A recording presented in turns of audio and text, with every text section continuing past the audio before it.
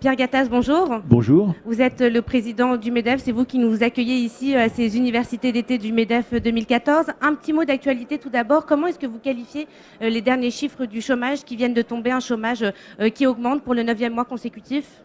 C'est malheureusement, je dirais, la cruelle réalité du pays, c'est-à-dire que le moteur économique est à l'arrêt, comme je l'ai dit à plusieurs reprises. Il n'y a aucun espoir de faire redémarrer le chômage, l'emploi, à part si des mesures fortes sont mises en œuvre. Et c'est toute l'idée du pacte de responsabilité sur lequel nous nous mobilisons, d'une part, et sur les propositions complémentaires qu'on va faire dans 3 semaines autour du 1 million d'emplois. Je pense qu'il faut que le moteur économique reparte par de la croissance. Il y a des opportunités fabuleuses dans le monde et c'est tout le projet aussi France 2020 du MEDEF, faire gagner la France.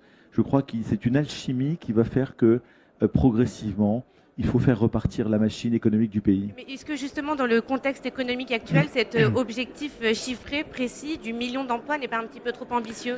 Non, l'idée, si vous voulez, du 1 million d'emplois nets, c'est de dire à 5 ans, il y a des choses à faire qui sont autant de verrous ou de leviers pour débloquer des poches de dizaines de milliers d'emplois par verrou.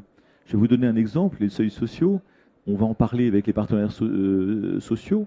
C'est important parce que vous savez qu'il y a 2,5 fois plus d'entreprises de 49 personnes que de 50 en France. C'est trop compliqué, c'est anxiogène et ça fait des années, des décennies qu'on traîne ça. Il faut les discuter, il faut en parler. Et ça fait partie de ces verrous. Le travail le dimanche, il faut libérer le travail le dimanche, surtout lorsque nos salariés sont d'accord pour travailler le dimanche. C'est un nouveau mode de vie, des clients veulent consommer le dimanche, après 21 heures pareil.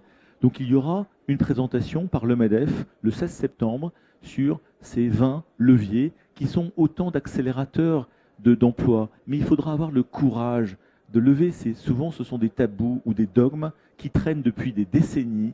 Et dans la situation dans laquelle nous sommes, il faut vraiment que tout le monde soit très responsable.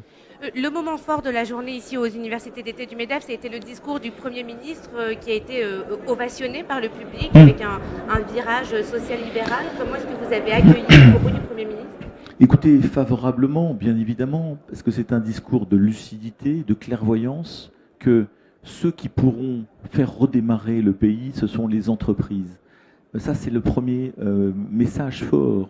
Deuxième chose subliminale de son discours, c'est que l'entreprise n'est ni à gauche ni à droite. Et je dirais, ça fait des décennies aussi qu'on traîne ça, que je dirais, des vieux tabous traînent. Il a parlé de cadeaux aux entreprises, cadeaux aux patrons, en disant on ne devrait plus entendre ces phrases-là. Et je crois que c'est un discours très rassurant pour nous. C'est un discours qui fait prendre conscience qu'en effet, il faut assumer l'entreprise, l'économie de marché, la mondialisation, même si on est de gauche. Et je dis bravo, c'est un discours courageux de la part du Premier ministre. Donc vous croyez à la sincérité de ce discours et vous pensez que le Premier ministre aura les marges de manœuvre suffisantes justement pour mettre en œuvre ce dont il a parlé? Écoutez, je l'espère. Nous, on va accompagner ce mouvement, bien évidemment. On va se mobiliser au maximum. Notre but, nous, au niveau du MEDEF, et les chefs d'entreprise, c'est que la France s'en sorte, c'est que la France gagne. C'est tout le projet, faire gagner la France. Et donc, on veut laisser une France meilleure, on veut la France du plein emploi en 2020. Et donc, tout ce qui ira vers la compétitivité de l'entreprise, d'une part, et surtout de rétablir de la confiance, car c'est ça qui manque aux entrepreneurs. Et puis, lever ces fameux freins à l'embauche. Vous savez, le chef d'entreprise en France, il a toujours peur d'embaucher. Et si on n'est pas capable, avec nos partenaires sociaux, avec les députés, avec les ministres, de partager que l'entreprise, c'est l'alpha et l'oméga de toute politique économique, eh bien, c'est un discours important parce que c'est ça que ça veut dire aujourd'hui. Mais le discours du Premier ministre, quand même, a déjà été pas très bien accueilli à l'aile gauche du PS. Est-ce que vous craignez, par exemple, pour les universités d'été ce week-end à La Rochelle, que cela ait des répercussions, justement, encore une fois, sur ces marges de manœuvre? Parce qu'après le discours, il y a les actions. Mais moi, j'espère, si vous voulez, que ce grand discours de clairvoyance, de lucidité, qui, sans doute, je l'espère, a été applaudi par l'ensemble des pays parce que le monde nous regarde. Vous savez, c'est ce qu'il a dit. C'est de la clairvoyance qui a été utilisée dans tous les pays émergents, émergés, de gouvernements de gauche ou de gouvernements de droite. Le rayonnement d'un pays, la force politique d'un pays, l'influence politique d'un pays ne vient que de sa force économique. Je suis désolé, ce sont des choses qui sont fondamentales. Quand une force économique, quand un pays marche économiquement, on le voit avec la Chine, on le voit avec l'Allemagne actuellement, eh bien ils ont un rayonnement et ils créent de la richesse, ils créent de l'emploi. Je crois que c'est ça qu'il faut intégrer et je crois que ce discours est fondateur aujourd'hui et j'espère en effet que la lucidité, la clairvoyance de notre classe politique, notamment de gauche, acceptera, je dirais, cette lapalissade qui est tout simplement celle, le principe de base de tout pays qui s'est réformé, et je dirais l'Allemagne en tête aujourd'hui. Toujours sur le discours de Manuel Valls, on a parlé ici de déclaration d'amour, d'opération séduction. Vous êtes finalement, vous aussi, donc tombé sous le charme.